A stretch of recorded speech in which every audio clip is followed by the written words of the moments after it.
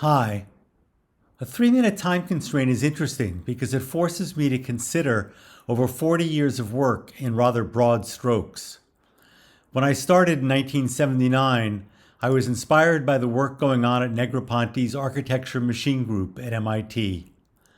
One of my favorite examples from there is Dave Backer's movie manual, which blew our collective minds as it expanded the notion of the page to include audio and video, as well as layers of information available at the click of a mouse.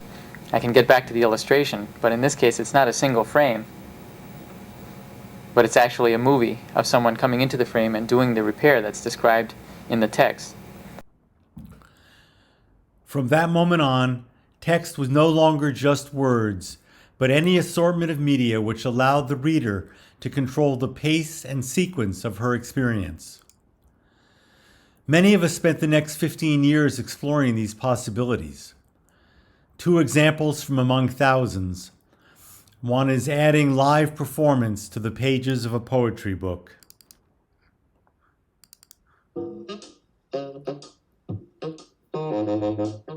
Whalers are we. We are whales. Or even enabling the author to explain her ideas as she walks around the page, as we see in this edition of Marvin Minsky's Society of Mind. Well, I think the problem with children learning mathematics in this culture is that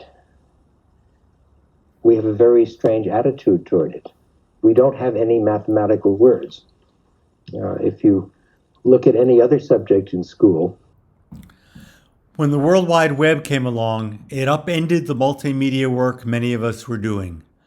The web at the time just didn't have the bandwidth to handle the high design, video-intensive stuff we were making with CD-ROMs. What the web did do, however, was enable people to collaborate in new ways, such that formerly solo activities like reading could be reinvented as powerful social experiences. One of our first experiments was with Doris Lessing's Golden Notebook, where 7 women across 9 time zones carried out a rich conversation in the margins over the course of 7 weeks. What's exciting to me now as we consider the future of text is that tech has progressed to the point where we won't have to choose between rich media or collaboration. The future of text is that works will be media-rich and highly social, both in their making and their consumption. I'll end with this Voyager t-shirt, which marked the publication of the first truly electronic book in 1992. Thank you.